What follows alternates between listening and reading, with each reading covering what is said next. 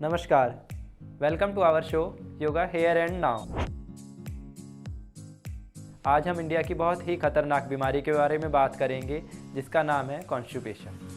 हमारी bad lifestyle की वजह से हमें कॉन्स्टिपेशन फेस करनी पड़ती है, जैसे समय पे खाना ना खाना, फिजिकल एक्टिविटी ना करना, कम से कम पानी पीना और अपने फूड में फाइबर ना लेना।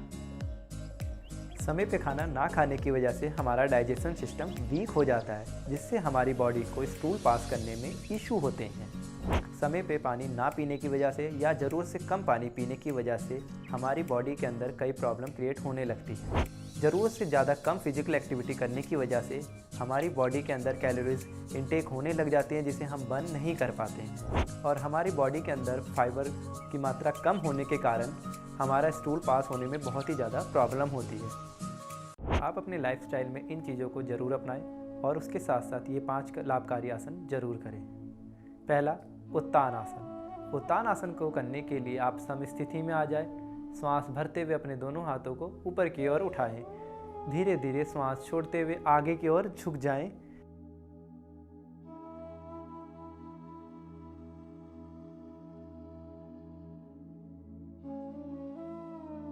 एड़ी पंजे आपके मिले होने चाहिए, हथेली आपके पैरों के पास में होनी चाहिए।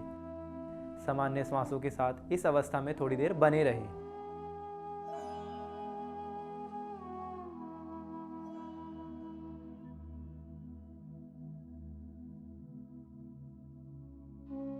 धीरे धीरे श्वास भरते भरते ऊपर आए, हाथ धीरे से वापस अपनी प्रारंभिक स्थिति में ले आए और आप सम स्थिति में आ जाएं। इस प्रकार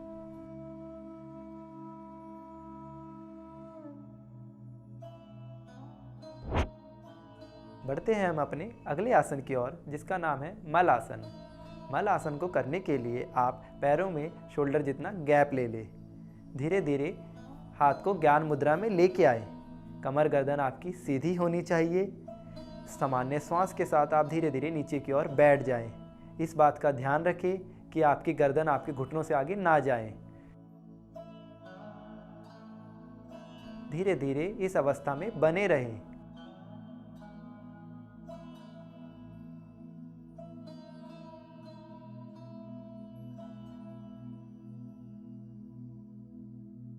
श्वास भरते हुए कुछ देर के बाद आप अपनी प्रारंभिक स्थिति में आ जाएं। आप इस चक्र को 2 से 3 बार दोहरा सकते हैं। अब हम बात करते हैं अपने अगले आसन की, जिसका नाम है पश्चिमोत्तानासन। पश्चिमोत्तानासन करने के लिए आप पहले पद्मासन में बैठ जाएं, फिर धीरे धीरे अपने पद्मासन को खोल लें और दंड आसन में आ जाएं। दंड आसन में आने के बाद अपनी कमर को आप सीधा कर लें। श्वास भरते हुए अपने हाथों को साइड से ऊपर की ओर उठाएं और श्वास छोड़ते हुए आगे की ओर झुक जाएं। अपनी उंगलियों से अपने पैरों के अंगूठों को पकड़ लें और आपका स्टमक, आपकी ठुड्डी नीचे पैरों पे लगी होनी चाहिए। इस प्रकार सामान्य श्वासों के साथ इस अवस्था में थोड़ी देर बने रहें। फिर धीरे धीरे श्वास भरते हुए आप वापस अपनी प्रारंभिक स्थिति में आ जाएं, दंड आसन में।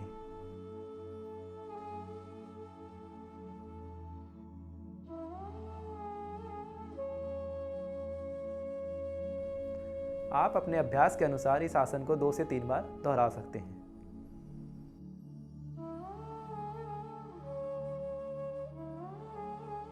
अब बात करते हैं हम अपने चौथे आसन की, जिसका नाम है मंडूकासन। मंडूकासन करने के लिए आप दंड आसन में बैठ जाएं, फिर अपने दोनों हाथ को अपनी बाईं तरफ रखते हुए वज्रासन लगा लें। वज्रासन में सामान्य श्वास आपकी चलनी चाहिए। फिर धीरे धीरे हाथों की मुट्ठी बना लें। मुट्ठी बनाने के बाद धीरे धीरे अपनी दोनों मुट्ठियों को नाभि के अगल बगल रख लें।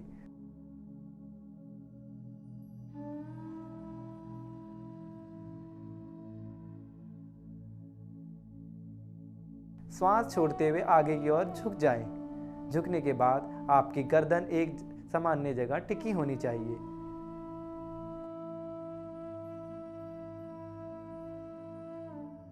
कुछ देर इस अवस्था में बने रहने के बाद श्वास भरते हुए अपनी प्रारंभिक स्थिति मतलब वज्रासन में आ जाएं। धीरे धीरे अपनी मुट्ठी को खोल लीजिए और वज्रासन से धीरे धीरे दंडासन में आप आ जाइए। इस अभ्यास को आप 2 से 3 बार कर सकते हैं। अब बात करते हैं हम अपने आखिरी आसन की, जिसका नाम है पवन मुक्त आसन। पवन मुक्त आसन करने के लिए आप दंडासन में बैठ जाएं, फिर धीरे धीरे पीठ के बल लेट जाएं। हथेली आपकी ऊपर की ओर होनी चाहिए। श्वास भरते हुए अपने दोनों घुटनों को मोड़ते हुए पेट के पास ले आएं।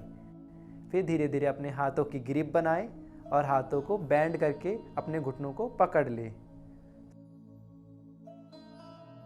श्वास को बाहर छोड़ते हुए अपनी ठुड्डी को ऊपर की ओर उठाएं और अपने घुटने के पास ले आए।